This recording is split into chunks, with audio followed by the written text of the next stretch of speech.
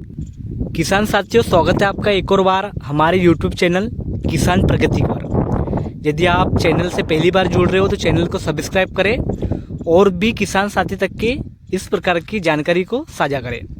तो किसान साथियों, आज मैं ग्राम बागदा में हूँ जो कि खरगोन ज़िले में है और एक फील्ड विजिट कर रहा हूँ।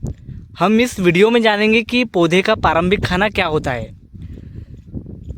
हम देखते हैं किसान साथियों कि नर्सरी में पौधे को एक निश्चित टेम्परेचर पर रखा जाता है, लेकिन जैसे ही हम मेन फील्ड में पौधे को ट्रांसप्लांट करते हैं तो मेन फील्ड में धूप, छांव, हवा सब कुछ पौधे को झेलना पड़ता है। तो किसान साथियों, आप क्या जानते हो कि प्रारंभिक अवस्था में पौधे का खाना क्या होता है?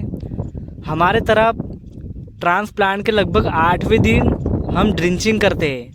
उसमें आप होमिक और कोई भी केमिकल में चीज़ लेते हो ताकि कोई भी फंगस नहीं आ पाए।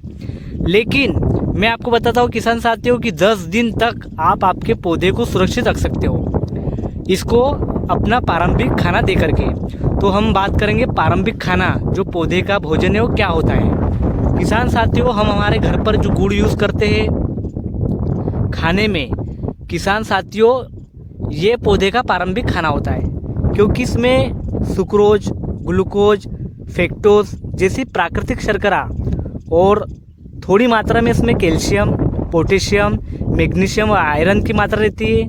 कुछ सूक्ष्म खनिज तत्व भी रहते हैं और कार्बन पदार्थ रहता है। किसान साथियों, जो गुड़ होता है, गुड़ पौधे को सीधे पोषण कम देता है, लेकिन मिट्टी में मौजूद लाभकारी सूक्ष्म जीवों के लिए भोजन का काम करता है।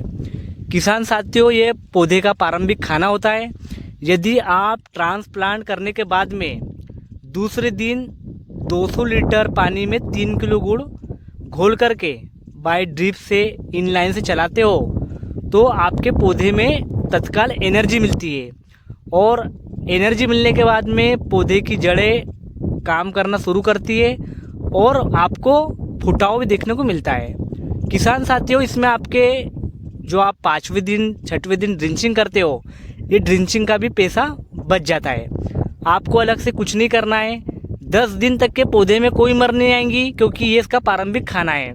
और मैंने आपको बताया कि बहुत एनर्जेटिक चीज़ है गुड़ पौधे के लिए। किसान साथियों, यदि आप ये चीज़ करते हो तो पौधे में मर भी नहीं आएंगी और पौधा तत्काल बढ़ने का काम करेगा। किसान साथियों, साथ ही साथ गुड़ आपकी मिट्टी में जो अच्छे बैक्टीरिया है, जो अच्छी फफूंद है, उसकी संख्या को बढ़ाने का काम करता है।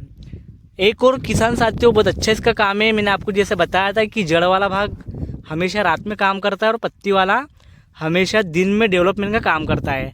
आप जब गुड़ का पानी चलाते हो तो होता क्या है कि जो आपका ये वाला भाग है, ये वाले भाग को गुड़ चोक कर देता है, जिसके कारण जड़ को लगता है कि अभी अंधेरा हो रहा है, और वो तत्काल अंधेरा होने के बाद में जड़ तक की सूरज की रोशनी नहीं जा पाती है और पौधा तेज़ी से भी बढ़ने का काम करता है।